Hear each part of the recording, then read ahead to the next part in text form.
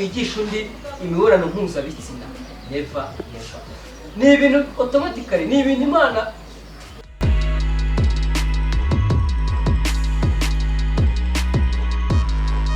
twongeye kubasuhuza inshuti bakunzi ba Focus Studio TV ibisanzwe.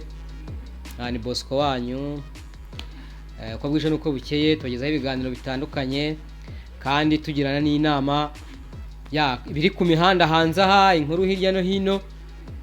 Natwe twiyemeje kujya tubacukumburira inkuru tukazizana tukaganira tukajya nabo twigiraho. Ubundi kera twigiraga kuba kurambere, ariko generation turimo sinzi biragoranye abo twagafatiyeho urugero usanga ahubwo aribo batwigisha imico mibi. Sinzi rero namwe uko mubibona, wenda mushobora kubyandika muri comment, namwe uko mubibona wenda mukavuga ati se wenda nk'abasaza ba kera ubona waramwegeraga ukamubwira uti gutya na gutya mfite akabazo, wenda akaba yagufasha akakubwira ati bikore gutya mwana wanjye, akabigira nk'ibyo. Ariko ntabwo bikibaho. Niyo mpamvu rero tuba turi kuganira ku nkuru nyinshi zitandukanye, kandi namwe nk'uko mubibona mu buzima busanzwe murabibona aho uba, aho utuye, aho ukorera, mu buzima busanzwe murabibona kabisa. Natwe niyo mpamvu tuba twaje hano kuri mikoro za Focus Studio TV kugira ngo tubiganireho. Ese biterwa n'iki? Ese ni izihe mpamvu? Ese kuki tutagira abo twigiraho? Ese abo twigiraho kuko barahari? Ni ukuvuga ngo hari abo gushimwa ariko hari n'abo kugawa. Ibyo rero niyo mpamvu tuba twaje aha ngaha kugira ngo tugende tuganira munsi ku munsi nk'uko nawe wibona hirya no hino. Mu bantu benshi twigiraho, haba mu buryo busanzwe, haba mu mikorere isanzwe, haba mu rugo se, haba mu nshuti, haba mu bavandimwe. Niyo mpamvu akenshi ubona imico tugenda tuyikura ahandi, yaba myiza cyangwa yaba mibi, tugenda tuyikura ahandi. Kuko buriya hari ikintu amaze kugenzura, nta muntu ushobora kwiga ikintu atakigiye ku bandi. Cyakoze hari ikintu nabonye umuntu yigisha ku isi hose atajya yigishwa n'abandi. Icyo kintu ni Imana yagishyizeho automatically mu mutwe w'umuntu bibamo. Nta shuri, wenda reka bivuge gutya, mu ishuri ubumenyi turabwiga, hanze yugiye ibintu byo kunywa inzoga se, cyangwa se ibintu by'uburara, ibintu byo kunywa itabi, ibintu byo gukora, ibintu by'ubushobozi butandukanye tubyigira ku bandi. Ariko hari ikintu kimwe kibaho ku isi yose kitajya kigwa, ntikigwa icyo kintu, nta muntu ukigisha usibye Imana yonyine. Niyo yagishyize mu mitwe yacu kibamo automatically birikora. Nta muntu ndabona wigisha undi imibonano mpuzabitsina, ntawubaho. Muri comment mubyandike, cyangwa se nawe umbwira uti hari abantu babyigisha. Squat, reka ntange n'akagero koroshye. Ufashe nk'abana babiri ugafata umukobwa n'umuhungu ukabajyana ahantu mu kigo cyangwa se mu kigo runaka, ukabaha imikino, ukabaha buri kimwe cyose, ukabafungirana. Ibyo bintu nta hantu bazaba babyize, nta hantu babibonye. Automatically bazakura, nibagira imyaka y'ingimbi yandi ya 10 13 18 gutyo, bazabyigisha babikore, ndetse usanga wa mukobwa aratwite kandi wa muhungu nta hantu yabyize. Ibyo ni ibintu Imana yashyize mu muntu automatically. Ni ibintu Imana yikoreye, ni ibintu umuntu avukana, ni ibintu biba mu mutwe, ni ibintu biba mu muntu ndani. Nta hantu babyigisha ibyo bintu. Nimba wowe hari ahantu babyigisha cyangwa ukavuga ukabona ko mbeshya, ngewe ubyandike muri comment ubwira uti ahantu ngewe nabyigiye aho. None n'ikintu gitangaje, n'ikintu kinatangaje ko ibintu nta muntu ubyigisha umuntu. Ni ukuvuga ngo niyo mukiri abana, ari ukuntu tukiri abana twayaga tujya gukina n'abana b'abakobwa, tukajya mu ishyamba. None twamara kujya mu ishyamba, wenda kuri tuba tugiye nko gutora inkwi, gutashya, murabiza babaye mu cyaro. Noneho ugasanga ufashe nk'umwana w'umukobwa, nawe uri umwe nk'ungu nyine muba muri mu rugero rumwe, ugasanga amufasha uramwiyegereje gusa ugahita umurekura. Ubwo nyirumva naho ngaho bitangirira. noneho n'ikibikubwira ugiye kubikora uhita ubwira abandi bana ngo dore ngo hari inkwi nziza ngo hari hirya kugira ngo bajyeyo ubone uko umufata ngo umwegere. Bishatse kuvuga iki? Nta muntu wigisha undi imibonano mpuzabitsina. N'ikizana bikubwira iyo ugiye kubikora ubikora ahantu ha babiri mwenyine. Urumva n'ikiriza bikubwira wumva ukuntu birateye ubwoba. Kino kintu uko kirateye ubwoba ni ikintu ukora kugira ngo unabyumve neza. Nta muntu ubyigisha undi wigisha undi imibonano mpuzabitsina. Never. Ni ibintu automatically, ni ibintu Imana uko yaturemye biba mu mutwe, kuko utinya ko niyo ugiye kubikora ubumeze nk'uwihisha. Urumva ukuntu biratangaje, ubumeze nk'uwihisha. Niyo mpamvu bira nta muntu, icyo kintu nabonye kibaho ku isi umuntu atigisha undi. Ariko tujya twumva abigisha ngo bashobora kuyikora, ngo bashobora ngo kwitwara ngo mu gihe ngo se ngo udafite imbaraga cyangwa se ngo ucitse intege, ibintu nk'ibyo. Ariko buriya umuti wa mbere nuko nta muntu wigeze abikwigisha bwa mbere ngo aze, kuko ari umuntu wabikugishije bwa mbere yaza akagufatira akabigukorera, ariko ntawe. Icyo gihe ubikora uri wenyine muri babiri gusa. Niyo mpamvu rero tuba tuganira ibintu byo inkuru za ku mihanda, ndetse tugenda araba dufatiraho urugero. Niyo ndimo mvuga haba tuba tugomba gufatiraho urugero, ariko nanone igihe turimo biragoye. Ushobora kugenda ukabwira umuntu w'umusaza ukamubwira uti rero uri nk'umusore, kamwe uti ko nabonye umukobwa dukundana gutya turi hafi gushakana, ese wazaje ukanshimira. Ugasanga guciye inyuma aragiye amubwira ibigambo byinshi, ugasanga arageramo guteranyije kandi agakwiye kugira gute, ntakwiye kugira inama. Rero niyo mpamvu abo dufatiraho urugero nabo twagafatiyeho urugero ni ikibazo. Nabo ntabwo baduha urugero rwiza. Rero ariko ntabwo byagakwiye, rero twakwiye kuba hari abo dufatiraho urugero kuko bigaragara, haba twakwiye urumva ugira gutyo ukajyana ikibazo n'umuntu, wagenda wakiganiriza wenda umuntu mukuru, ugasanga ubwo ni ukubwiye ngo genda umugirire nabi, kaho nyumvira kweli. Kwanga abo dufatiraho urugero ni ikibazo gikomeye muri society runaka, birakomeye. Ariko ntabwo byagakwiye.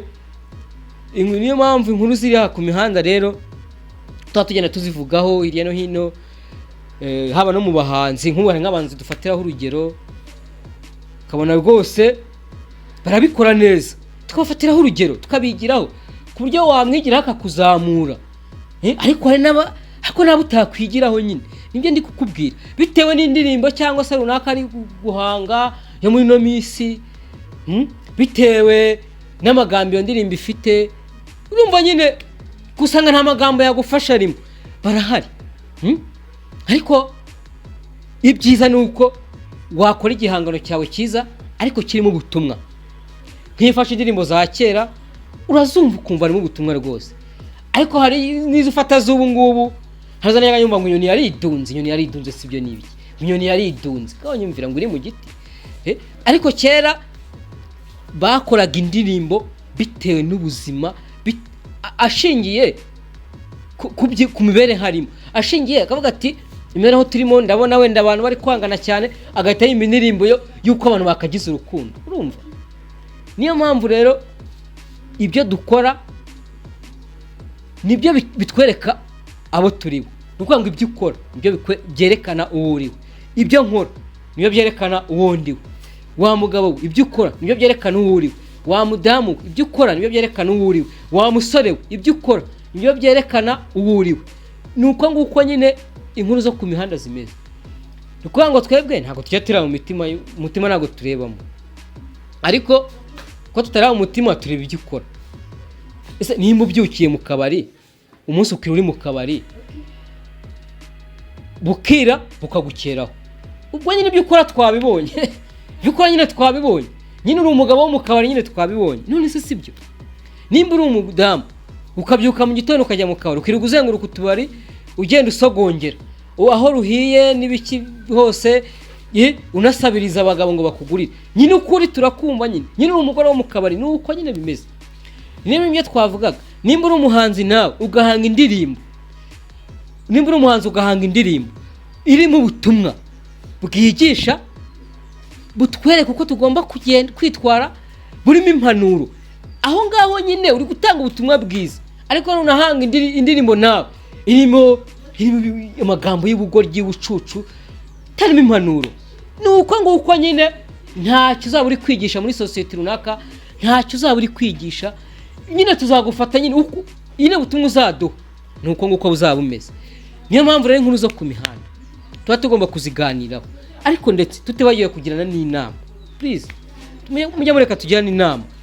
Mugenzi wawe nubona akosheje umuhugure, mugenzi wawe nubona atanye, nuko nyine muri no minsi guhugura umuntu nabyo ni ikibazo.